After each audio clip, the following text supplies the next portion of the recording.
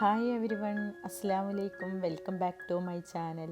എന്തൊക്കെയുണ്ട് നിങ്ങളുടെ വിശേഷങ്ങൾ? നിങ്ങൾക്ക് എല്ലാവർക്കും സുഖമാണെന്ന് വിചാരിക്കുന്നു. അൽഹംദുലില്ലാ, ഞങ്ങൾക്കും ഇവിടെ സുഖം. പിന്നെ നാട്ടിലെ ചൂടിനെ കുറിച്ചിട്ടൊക്കെ നാട്ടിലേക്ക് ഉമ്മക്ക് വിളിക്കുന്ന സമയത്ത് ഉമ്മ പറയാറുണ്ട് കേട്ടോ. എല്ലാവർക്കും ബുദ്ധിമുട്ടൊന്നുമില്ലാതെ നോമ്പൊക്കെ എടുക്കാൻ പറ്റട്ടെ എന്ന് ദുആ ചെയ്യുന്നുണ്ട്. വീഡിയോ മുഴുവനായിട്ടും കണ്ടു നോക്കുക. വീഡിയോ നിങ്ങൾക്ക് ഇഷ്ടമാവുകയാണെന്നുണ്ടെങ്കിൽ മറക്കാതെ സബ്സ്ക്രൈബ്, ലൈക്ക്, ഷെയർ ചെയ്യുക കേട്ടോ. പിന്നെ നിങ്ങളുടെ വാല്യുബിൾ ആയിട്ടുള്ള കമൻറ്റ്സ് അറിയിക്കാനും മറക്കരുത്. റമദാനിലെ എൻ്റെ റൊട്ടീൻ വീഡിയോ ആയിട്ടാണ് കേട്ടോ ഇന്ന് വന്നിട്ടുള്ളത്. രാവിലെ സുബ്ഹ് നിസ്കാരത്തിന് ശേഷമാണ് കേട്ടോ കിടക്കാറുള്ളത്. അപ്പോൾ പിന്നെ ഒരു 12:30 ഒക്കെ ആകുമ്പോഴാണ് എണീക്കാറുള്ളത് ഉച്ചയ്ക്ക്. അപ്പോൾ എണീറ്റ ഉടനെ തന്നെ ബെഡ്ഷീറ്റും അതുപോലെ വീടൊക്കെ ഒന്ന് അടിച്ചു വാരി എടുക്കുകയാണ് കേട്ടോ ചെയ്യുന്നത്. പിന്നെ ഇവിടെ മക്കളുടെ എക്സാമൊക്കെ കഴിഞ്ഞിട്ട് സ്കൂളൊക്കെ പൂട്ടിയിട്ടോ. അപ്പോൾ കുട്ടികളും വീട്ടിലുണ്ട്, അവരൊന്നും എണീറ്റിട്ടില്ല. എല്ലാവരും സുബ്ഹ് നിസ്കാരത്തിന് ശേഷമാണ് കേട്ടോ കിടന്നുറങ്ങുന്നത്. വീഡിയോസ് ഇടാനൊക്കെ കുറേ ലേറ്റായിട്ടോ, ഭയങ്കര തിരക്കായിരുന്നു. പിന്നെ റമദാൻ മാസമല്ലേ, പിന്നെ നമ്മളുടെ ഉറക്കവും അതുപോലെ തന്നെ നമ്മളുടെ റൊട്ടീനൊക്കെ ഫുള്ള് ചേഞ്ചായി. അതുകൊണ്ടാണ്. പിന്നെ പ്ലാന്റ്സിനൊക്കെ ഒന്ന് വെള്ളം ഒഴിച്ച് കൊടുക്കുന്നുണ്ട് കേട്ടോ. അപ്പം മണി പ്ലാന്റ്സ് ആണ് കേട്ടോ കാര്യമായിട്ട് ഇപ്പോൾ ഉള്ളത്. ഇവിടെ പുറത്ത് ചെടി വെക്കാനൊന്നും സൗകര്യമല്ല കേട്ടോ. അപ്പോൾ വീടിനകത്ത് തന്നെയാണ് വെക്കുന്നത്. എന്തായാലും രാവിലെ എണീറ്റ് വരുന്ന സമയത്ത് ഈ ചെടികളൊക്കെ കാണുമ്പോൾ ഇതിൻ്റെ അടുത്ത് കൂടെ ഒക്കെ ഒന്ന് പോയി വെള്ളമൊക്കെ ഒന്ന് ഒഴിച്ച് കൊടുക്കുമ്പോൾ മനസ്സിന് വല്ലാത്തൊരു സന്തോഷമാണ് കേട്ടോ. എന്തോ ഒരു പോസിറ്റീവ് വൈബാണ്. ചെടികൾ എനിക്ക് ഭയങ്കര ഇഷ്ടമാണ് കേട്ടോ.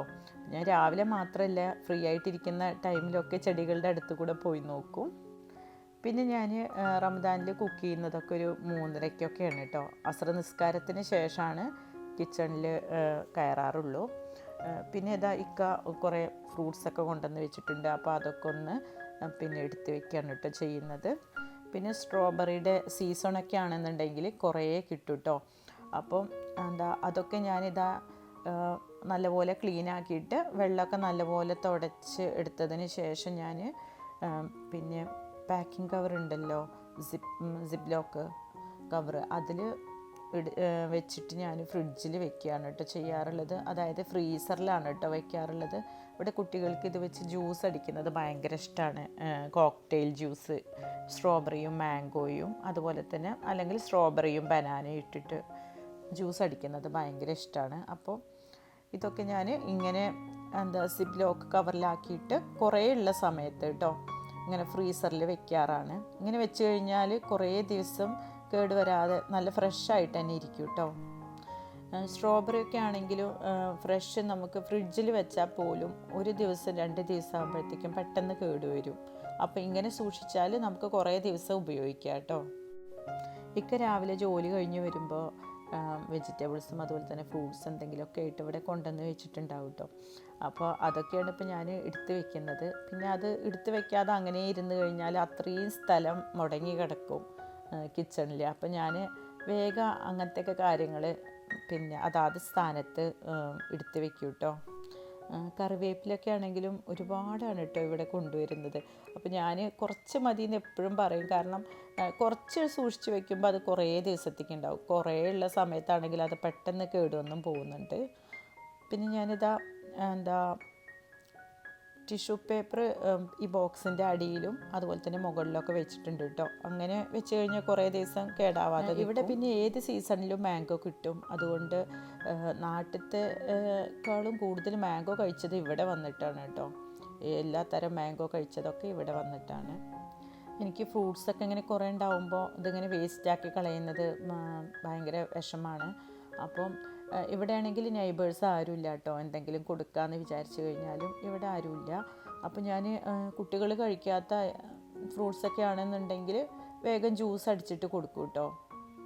പിന്നെ ഈ കോണിൻ്റെ ഈ സ്കിന്നൊക്കെ ഒന്ന് റിമൂവ് ആക്കുകയാണ് കേട്ടോ. എല്ലാതും ഇതുപോലെ ചെയ്തിട്ട് ഇനി ഇതിൻ്റെ സീഡ് എടുത്തിട്ട് വെക്കുകയാണ് കേട്ടോ ചെയ്യുന്നത്. പിന്നെ ഇതുണ്ടല്ലോ, ഇതിൽ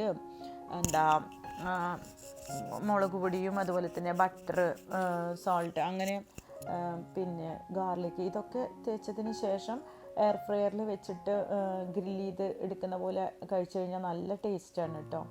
നമ്മൾ ആവിയിൽ വേവിച്ചെടുക്കുന്നതിനേക്കാളും നല്ല ടേസ്റ്റാണ്. എഗ്ഗ് ഞാൻ ബോയിൽ ചെയ്യാൻ വെക്കുന്നുണ്ട്. ഇന്ന് ബൺ ഫില്ലിംഗ് ആണ് കേട്ടോ ഉണ്ടാക്കുന്നത്, അതിന് വേണ്ടിയിട്ടാണ്. പിന്നെ ഞാനൊരു മെഹന്തി നിങ്ങൾക്ക് പരിചയപ്പെടുത്തുന്നുണ്ട് കേട്ടോ. അപ്പോൾ ഇതൊക്കെ അല്ലേ ഇനിയിപ്പോൾ വരാൻ പോകുന്നത്, അപ്പോൾ നിങ്ങൾക്ക് ഉപകാരപ്പെടുമല്ലോ എന്ന് വിചാരിച്ചിട്ടാണ് കേട്ടോ.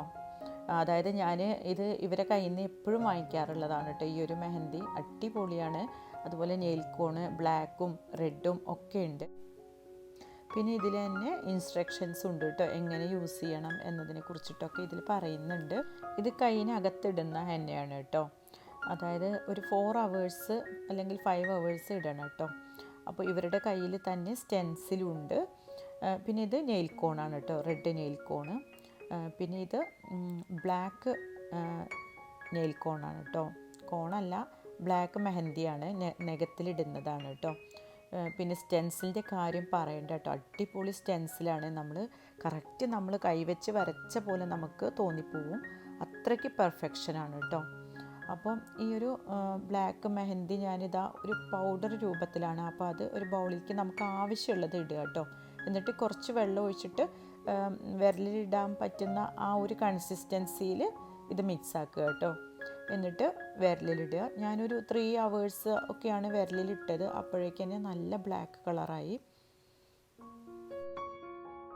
പിന്നെ ഈ ഒരു സ്റ്റെൻസിലുണ്ടല്ലോ, ഇത്രയും പെർഫെക്ഷൻ കിട്ടുന്ന ഒരു സ്റ്റെൻസിൽ ഞാൻ ഇതുവരെ കണ്ടിട്ടില്ല കേട്ടോ. കാരണം ഇവിടെ പല ഷോപ്പൊന്നും ഞാൻ ഇതുപോലെ സ്റ്റെൻസിൽ വാങ്ങിയിട്ടുണ്ട്, പക്ഷെ അതൊന്നും എനിക്കിഷ്ടമായിട്ടില്ല.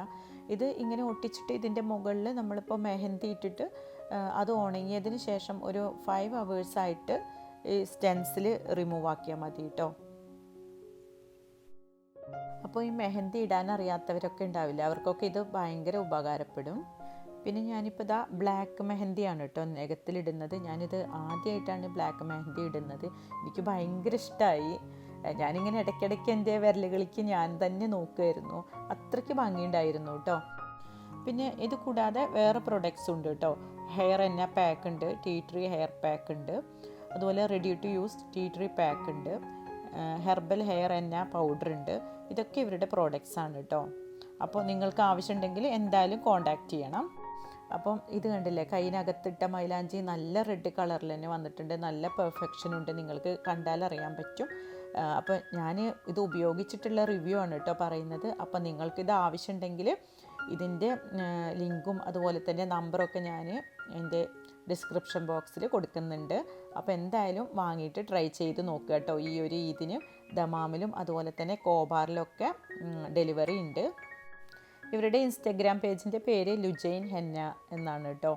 അപ്പോൾ ഞാനതിൻ്റെ ലിങ്ക് ഡിസ്ക്രിപ്ഷൻ ബോക്സിൽ കൊടുക്കുന്നുണ്ട്. പിന്നെ ഫോൺ നമ്പറും കൊടുക്കാം കേട്ടോ. ഇത് ഞാൻ മോളുടെ കയ്യിൽ റെഡ് നെയിൽ കോൺ ഇട്ടതാണ് കേട്ടോ. നല്ല ഭംഗിയുണ്ട്, നല്ല റെഡ് കളറാണ്. പിന്നെ ഈദ് പ്രമാണിച്ചിട്ട് കോബാറിലേക്കും അതുപോലെ തന്നെ ദമാമിലേക്കൊക്കെ ഇവർ ഡെലിവറി ചെയ്യുന്നുണ്ട് കേട്ടോ. അപ്പോൾ എന്തായാലും വാങ്ങിയിട്ടൊന്ന് ട്രൈ ചെയ്ത് നോക്കുക. ഇപ്പോൾ 3:30 ആയിട്ടോ സമയം. അപ്പോൾ ഞാനിതാ ഇനിയിപ്പോൾ നോമ്പ് തുറക്കാനുള്ള ഐറ്റംസൊക്കെ ഉണ്ടാക്കുകയാണ്. അപ്പോൾ ഇന്ന് ഞാൻ ഉള്ളിപ്പക്കവടയാണ് കേട്ടോ ഉണ്ടാക്കുന്നത്. പിന്നെ അതുപോലെ തന്നെ ബൺ ഫില്ലിങ്ങുമാണ്. അപ്പോൾ എന്തിനാണെങ്കിലും വലിയ ഉള്ളിയാണ് മെയിനായിട്ടും വേണ്ടത്. അപ്പോൾ അത് ഞാൻ ആദ്യം തന്നെ ഇവിടെ റെഡിയാക്കി വെക്കുകയാണ് ചെയ്യുന്നത്. അപ്പോൾ വലിയ ഉള്ളി ഞാൻ കട്ട് ചെയ്യാൻ ഈ ഒരു മെഷീനെ കുറിച്ചിട്ട് മുമ്പത്തെ വീഡിയോയിലൊക്കെ പറഞ്ഞിട്ടുണ്ടായിരുന്നു. ഒരുപാട് ഉപകാരമുള്ള ഒരു മെഷീനാണ് കേട്ടോ ഇത്. അപ്പോൾ ഇതിൽ തന്നെ കുറേ ബ്ലേഡുകളുണ്ട്. അപ്പോൾ നമുക്കിതിപ്പോൾ വേറെ വെജിറ്റബിൾസൊക്കെ കട്ട് ചെയ്യാനും ഒക്കെ ഇത് ഉപയോഗിക്കുക കേട്ടോ.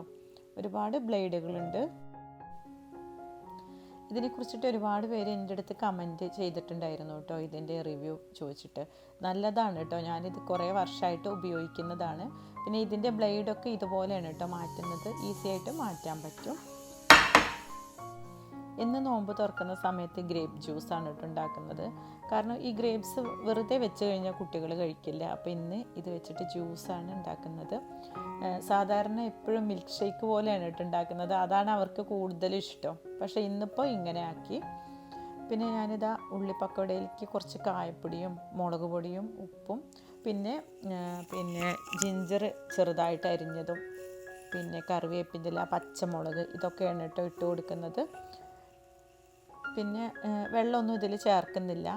ആവശ്യത്തിനുള്ള കടലമാവാണ് കേട്ടോ ഇട്ട് കൊടുക്കുന്നത്. കൂടുതലൊന്നും ഇട്ട് കൊടുക്കണ്ട, കുറച്ചൊരു ക്രിസ്പി ആയിട്ട് വേണമല്ലോ പക്കവട. അപ്പോൾ അതിന് വേണ്ടിയിട്ട് കുറച്ച് അരിപ്പൊടിയും ഇട്ട് കൊടുക്കുന്നുണ്ട്. എന്നിട്ടിത് നന്നായിട്ട് മിക്സാക്കി വെക്കുകയാണ് കേട്ടോ ചെയ്യുന്നത്. ഇത് മിക്സാക്കി വെക്കുമ്പോൾ ഉള്ളിയിൽ നിന്നൊക്കെ ഒരു വെള്ളം ഉണ്ടാവും, അതൊക്കെ ഇതിലേക്ക് ഇറങ്ങി വരും. പിന്നെ വെള്ളമൊന്നും ഒഴിച്ചു കൊടുക്കേണ്ട ആവശ്യമില്ല കേട്ടോ. പിന്നെ ഞാൻ നോമ്പ് തുറക്കുന്ന സമയത്ത് മെയിനായിട്ട് ഉണ്ടാക്കുന്ന സംഭവമാണ് കേട്ടോ തരിക്കഞ്ഞി. ഞങ്ങൾ പാലക്കാടൊക്കെ തരിക്കഞ്ഞി എന്നാണ് പറയാറുള്ളത്. ഓരോ സ്ഥലത്തും ഓരോ തരത്തിലാവുമല്ലോ പറയുക. അപ്പോൾ അതാണ് കേട്ടോ ഉണ്ടാക്കുന്നത്. പിന്നെ കുറച്ച് പിന്നെ ഏലക്കാപ്പൊടി ഇട്ട് കൊടുക്കുന്നുണ്ട് കേട്ടോ. പിന്നെ ഷുഗറൊക്കെ ആവശ്യത്തിന് ഇട്ട് കൊടുക്കുന്നുള്ളൂ. ആകെ 2 ഗ്ലാസ്സാണ് കേട്ടോ ഉണ്ടാക്കുന്നത്. ഞാനും വിക്കി മാത്രമേ ഇത് കുടിക്കുകയുള്ളൂ, കുട്ടികൾക്ക് ഇഷ്ടമല്ല. പിന്നെ ഇത് നെയ്യിലൊന്ന് ഉള്ളിയൊക്കെ ഒന്ന് വറുത്തെടുത്തിട്ട് ഇതിൽ ഇട്ട് കൊടുക്കുന്നുണ്ട് കേട്ടോ. ചെറിയ ഉള്ളി, പിന്നെ അതുപോലെ തന്നെ കാഷ്യൂ ചെറുതായിട്ട് അരിഞ്ഞതും ഇതും കൂടെ വഴറ്റിയിട്ട് ഈ ഒരു തരിക്കഞ്ഞിലേക്ക് ഇട്ട് കൊടുക്കുകയാണ് ചെയ്യുന്നത്. ചില ആൾക്കാർക്ക് ഇത് ഭയങ്കര ഇഷ്ടമാണ് ഈ തരിക്കഞ്ഞി. എനിക്കും അതുപോലെ തന്നെ കേട്ടോ. ഇതുണ്ടെങ്കിൽ ഭയങ്കര ഇഷ്ടമാണ്. അതുപോലെ നാവ് പൊള്ളുന്ന പോലെ ചൂടോട് കൂടിയിട്ട് കുടിക്കുന്നതാണ് ഇഷ്ടം. ഇനിയിപ്പോൾ ഗ്രേപ്പ് ജ്യൂസ് ഉണ്ടാക്കുകയാണ് കേട്ടോ ചെയ്യുന്നത്. ഗ്രേപ്പ് ജ്യൂസ് കുറച്ച് മുമ്പ് ഉണ്ടാക്കി വെച്ചാലും കുഴപ്പമില്ല. പക്ഷേ മാംഗോ ജ്യൂസ്, മിൽക്ക് ഷേക്ക് അതുപോലെയുള്ളതൊക്കെ നോമ്പ് തുറക്കുന്നതിന് കുറച്ച് മുമ്പ് ഉണ്ടാക്കുന്നതാണ് നല്ലത്. ജ്യൂസ് ഞാൻ ഇതുപോലെ അടിച്ചെടുത്തിട്ട് ഇനിയിപ്പോൾ ആവശ്യത്തിന് വേണമെങ്കിൽ വെള്ളം ചേർത്താൽ മതി എന്നാണ് വിചാരിക്കുന്നത് കേട്ടോ. ഇനിയിപ്പോൾ ബൺ ഫില്ലിങ്ങിനുള്ള ഇത് റെഡിയാക്കുകയാണ് കേട്ടോ ചെയ്യുന്നത്.